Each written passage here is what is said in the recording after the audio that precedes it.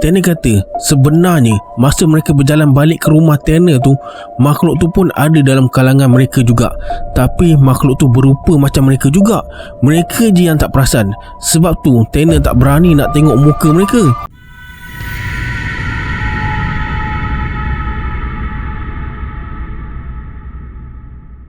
A'udzubillahi minasyaitonirrajim. Bismillahirrahmanirrahim. Assalamualaikum semua, kembali lagi bersama saya Syarul.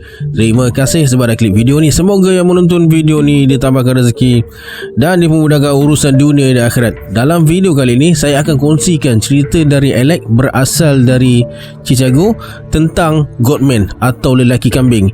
Dia dan sepupu-sepupunya diganggu masa mereka adakan perkemahan dalam hutan milik keluarganya. Nak tahu kisah dia macam mana? Tonton video ni sampai habis. Jangan lupa like, subscribe dan komen dalam video ni. Pada yang nak join grup Telegram saya letakkan link dekat bawah. Macam biasa, sebelum saya mulakan, jom kita baca selawat dulu. Sallallahu Rabbuna ala nuril mubin Ahmad al-Mustafa Sayyidil Mursalin. Sallallahu Rabbuna ala nuril mubin Ahmad al-Mustafa Sayyidil Mursalin. Sallallahu Rabbuna ala nuril mubin Ahmad al-Mustafa Sayyidil Mursalin. Tanpa mau masa lagi, jom let's jump to Rabak Serah.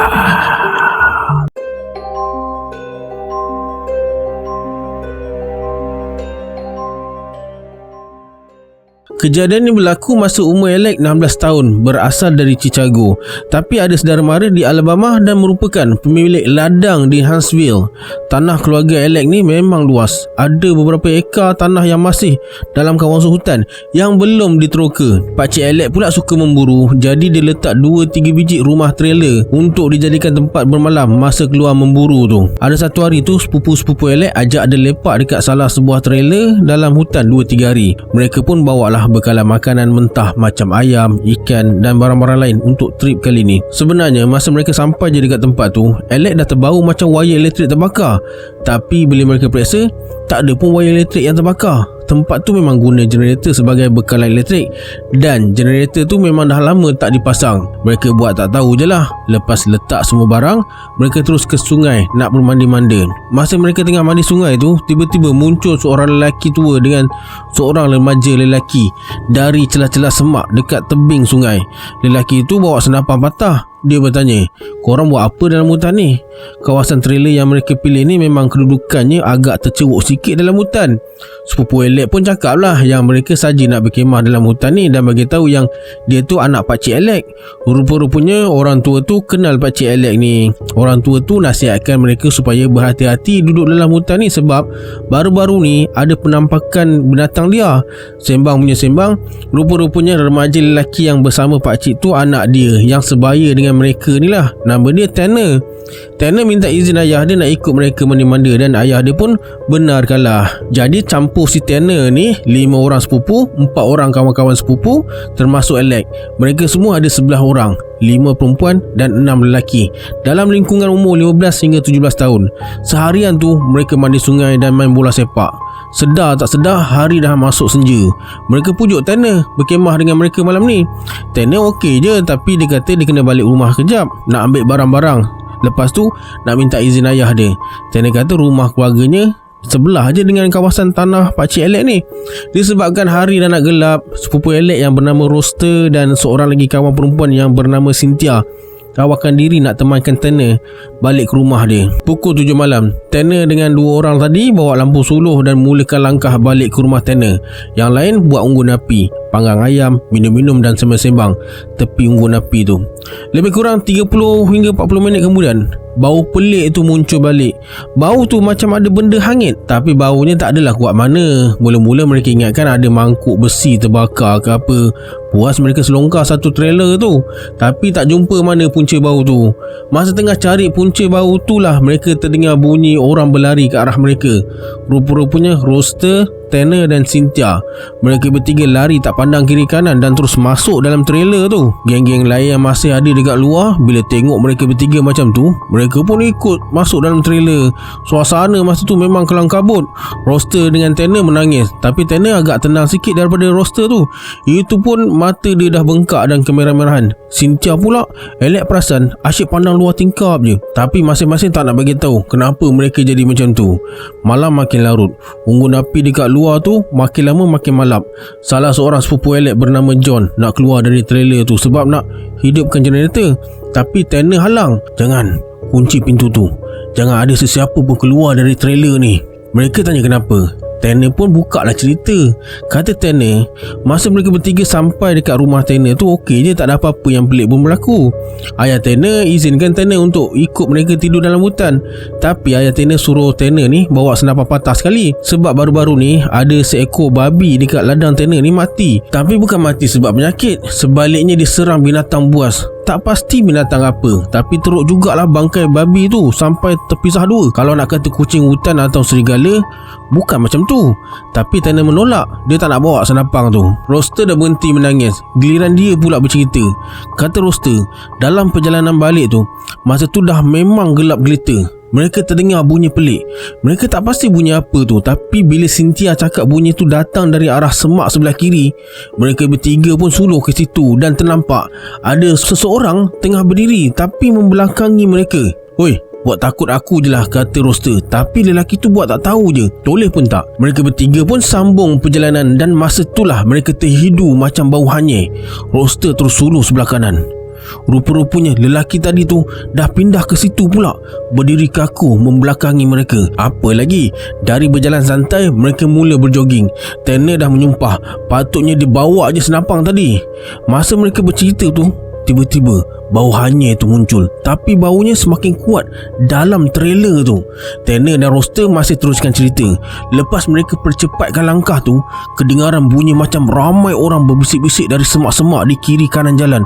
Apa lagi, tak tunggu dah, mereka bertiga terus pecut. Cynthia nampak macam ada bayang-bayang melompat keluar dari semak. Semakin dekat mereka dengan trailer tu, semakin kuat bunyi bisikan tu. Bila mereka nampak je cahaya unggun api tu, terdengar pula bunyi macam ada orang tengah kejar mereka daripada belakang. Bunyi itu lebih kurang 5 meter je dari mereka. Tiba-tiba sepupu Alex yang bernama Junior bersuara, "Weh, korang nak tahu tak? Kawan aku cakap dekat tempat ni ada Goatman. Aku rasa betul lah tu Goatman.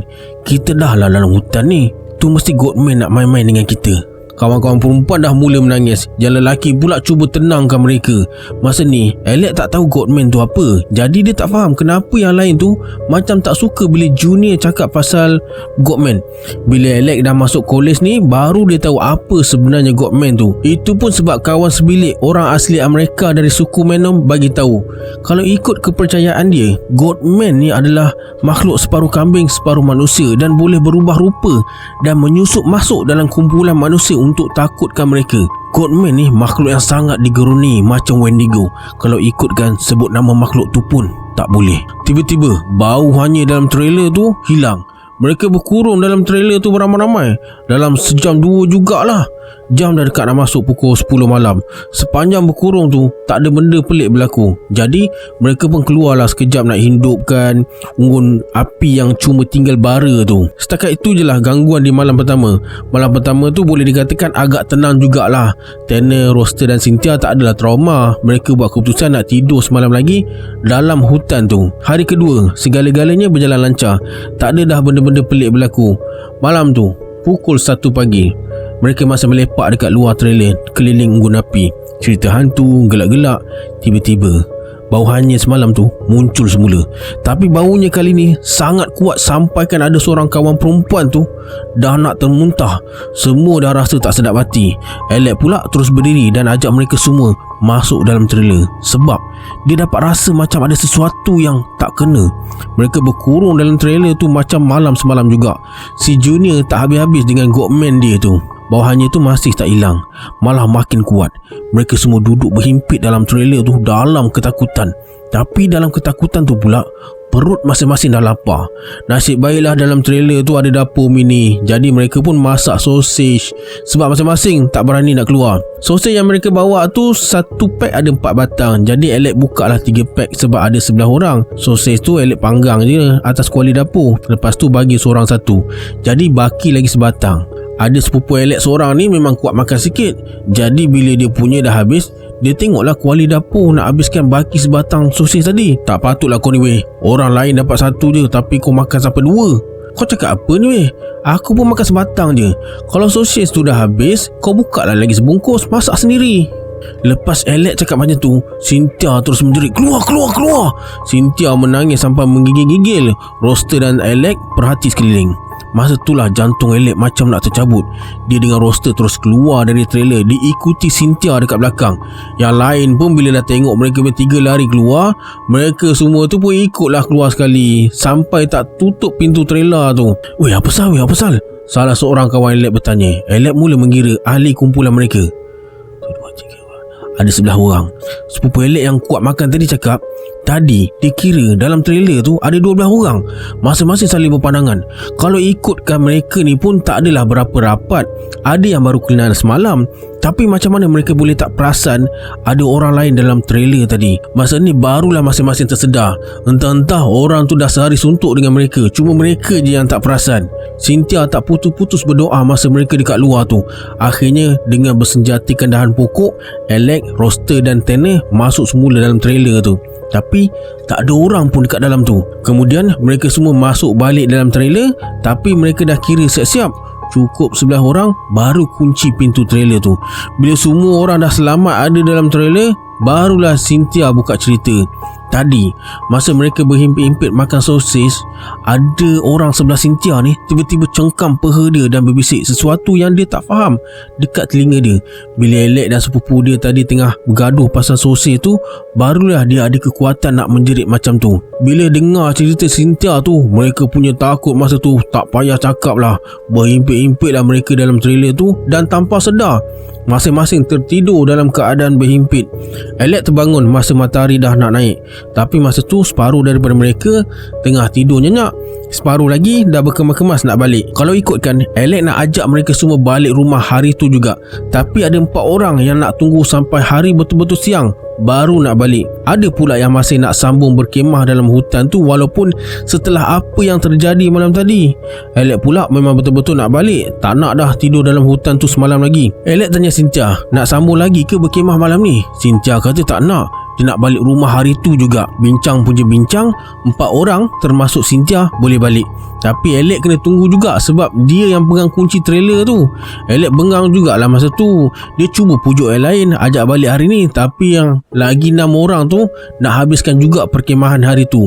Akhirnya 4 orang tadi termasuk Cynthia pun keluar dari tempat tu. Tanner ikut sekali sebab dia nak ambil senapang dekat rumah. Jadi yang tinggal sekarang ni 7 orang termasuk Tanner yang balik kejap nak pergi ambil senapang tu. Dah masuk pukul 5 petang tapi Tanner tak sampai-sampai lagi. Mereka semua dah mula gelisah dan risau. Selamat ke tak si Tanner ni? Pukul 5.30 petang, salah seorang sepupu Alex cakap Cynthia ada dekat luar. Masa tu mereka semua dah ada dalam trailer.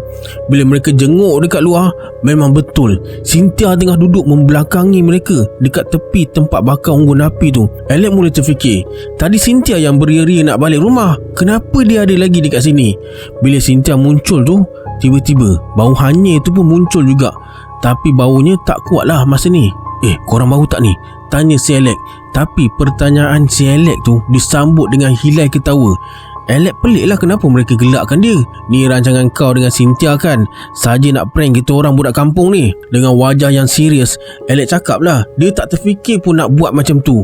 Salah seorang kawan perempuan bernama Bella yang masih nak ikut mereka keluar dapatkan Cynthia. Belum sempat dia sampai dekat Cynthia, Bella berhenti. Mereka nampak dada Cynthia berombak-rombak, macam tengah gelak, terbahak-bahak tapi tak keluar suara. Masa ni lah Alex perasan hutan ni senyap sunyi. Padahal masa tu dah akhir bulan September. Cuaca masih hangat dan selalunya macam ni lah angsa tengah aktif atau bunyi burung-burung berkicauan kedengaran di udara. Alex mula rasa tak sedap hati. Dia terus panggil Bella suruh masuk dalam balik. Tiba-tiba terdengar suara Tanner dekat luar suruh buka pintu. "Buka pintu ni, buka!" Bila mereka buka je pintu trailer, Tanner terus melompat masuk dengan senapang patahnya. Alex sempat jenguk dekat luar. Dah tak ada orang. Tanner pun cerita, dalam perjalanan nak ke sini tadi, dia ternampak seorang remaja perempuan. Tapi bukan Cynthia. Budak perempuan tu cuma berdiri pandang dia je. Tanner tak kenal siapa perempuan tu.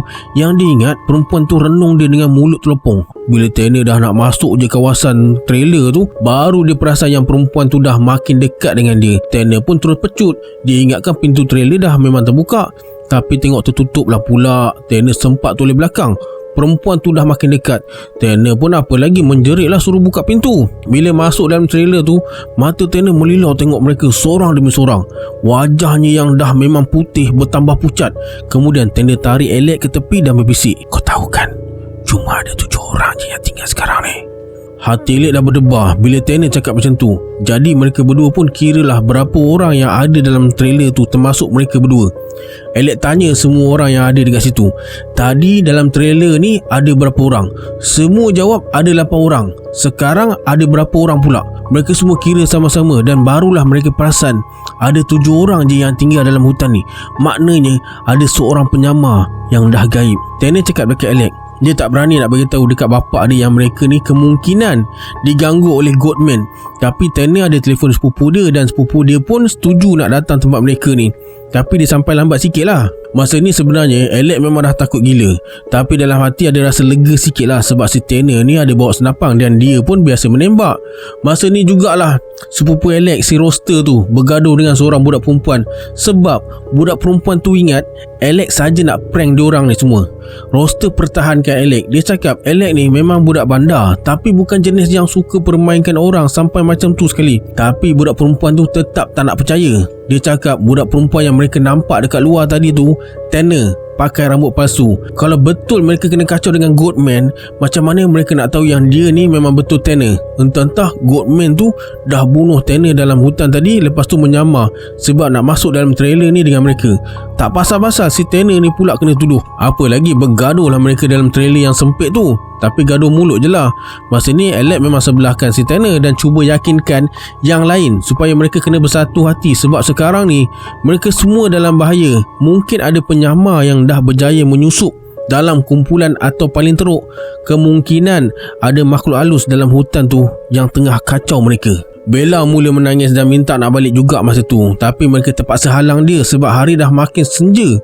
Takkan nak biarkan dia berjalan dalam hutan malam-malam. Disebabkan perut dah lapar, akhirnya mereka jamah makanan sikit untuk alas perut dan buka radio. Tapi tak jumpa siaran yang jelas. Suasana agak tegang sikit masa tu. Buat apa pun tak kena. Hari dah masuk senja, baru sepupu Tanner yang bernama Rhys sampai. Dia bawa lampu sulung berkuasa tinggi dan senapang patah. Umur dia dalam 19 tahun. Masa dia datang tu, Alex bisik dekat telinga Tanner, "Itu ke sepupu kau?" Tanner mengangguk. Sebelum Rhys masuk dalam trailer tu, dia toleh ke belakang dan perhati sekeliling tempat tu. Kemudian dia amati wajah mereka satu persatu dengan riak wajah yang macam keliru. Kawan perempuan korang lagi satu tu mana? Ingatkan dia dah sampai sini. Dia tu memang budak lembab ke? Kawan mana pula ni? Rhys tegur juga. Mereka ni masak apa sampai satu trailer tu bau darah? Dari jauh dah bau. Mereka pun tanya tentang budak perempuan yang Rhys masukkan tu. Rhys kata dalam perjalanan tadi dia terserempak dengan seorang budak perempuan berdiri je dekat tepi laluan. Rhys ingat budak perempuan tu satu kumpulan dengan mereka ni lah. Dia pun tanya macam-macam pasal mereka pada budak perempuan tu, tapi budak perempuan tu tak menjawab apa pun. Budak perempuan tu tengoknya dia dengan mulut terlopong sikit. Lepas tu budak perempuan tu tersenyum. Rhys pun jalan tinggalkan budak perempuan tu. Kebetulan laluan tu kena belok ke kiri. Masa tu Rhys dah tak nampak budak perempuan tu lagi. Dia ingatkan budak perempuan tu dah balik ikut jalan pintas dalam hutan ni. Mereka pun ceritalah kejadian-kejadian pelik yang berlaku sepanjang 3 malam dekat situ. Rhys dengar dengan tekun. Kemudian dia duduk atas sofa yang ada dalam trailer tu. Rhys kata dia teringat pula pasal budak perempuan tadi. Rhys perasan yang budak perempuan tu macam ikut dia dari belakang. Tapi budak perempuan tu berjalan dengan perlahan-lahan sampai Riz pun naik pelik. Akhirnya Riz buat keputusan jalan belakang budak perempuan tu. Tapi budak perempuan tu sangat-sangatlah perlahan sampai beberapa kali Riz potong dia. Sepanjang perjalanan tu pun Riz dah bau benda pelik, dan bau tu makin kuat bila Riz makin dekat dengan trailer ni. Kemudian budak perempuan tu bersuara, tapi Riz tak dapat nak tangkap apa yang budak tu cakapkan. Riz pun toleh ke belakang. Dah hilang. Tiba-tiba budak perempuan tu muncul dekat depan dia. Sampai nak terjatuh Riz dia buatnya sebab terkejut sangat. Masa ni lah Riz tanya budak perempuan tu, "Awak okey ke ni? Kalau tak sihat saya dukung awak sampai trailer." Tapi perempuan tu hanya renung dia je. Riz cuba nak pegang bahu budak perempuan tu, tapi tak sampai. Macam budak perempuan tu mengelak ke tepi, sedangkan Riz tak nampak pun budak tu bergerak. Akhirnya Riz pun malas nak layan dan tinggalkan budak perempuan tu dekat situ. Masa ni lah baru mereka semua tahu apa yang jadi ni bukanlah cubaan. Tanner pun nampak macam dah nak terkencing dalam seluar je. Jadi Alex tak rasa Tanner dan Riz ni sepakat nak kenakan mereka semua ni. Tanner dan Riz isi peluru siap-siap dalam senapang masing-masing. Lepas tu mereka makan sikit dan duduk dalam trailer sampai pukul 11 malam. Tiba-tiba mereka semua terhidu bau hanyir darah dan bau rambut terbakar. Tanner dan Riz terus berdiri dan bersiap sedia dengan senapang masing-masing. Kemudian terdengar bunyi ketukan berselang-seli dengan cakaran dekat pintu trailer mereka tu. "Buka pintu ini, buka." Kedengaran suara makhluk dekat luar suruh mereka buka pintu. Alex cakap makhluk sebab suaranya bukan macam suara manusia. Suaranya macam bunyi anjing atau kucing yang diajar bercakap. Suaranya pun sebutir-sebutir, tak selancar macam manusia dan sangat mengerikan sampai budak-budak perempuan tu semua menangis. Walaupun Alex tak nampak siapa dekat luar sana, tapi dia yakin itu bukan manusia. Mereka semua cuma mampu menjerit dari dalam je. "Kau siapa? Jangan ganggu kita orang lah." Tapi makhluk tu berterusan berulang-ulang cakap benda yang sama. "Masuk, buka pintu ni, buka." 15 minit jugalah makhluk tu ulang-ulang ayat tu macam keset rosak. Bau darah tadi perlahan-lahan beransur-ansur hilang. Mereka masih dengar bunyi ranting dan daun kering dipijak dekat luar, macam makhluk tu tengah menghendap mereka dari luar. Beberapa minit sekali makhluk tu akan muncul dekat pintu dan berkata sesuatu. Akhirnya pukul 2 pagi, bau darah tadi terus lenyap. Tiba-tiba Riz mengamuk. Persetan kan semua ni.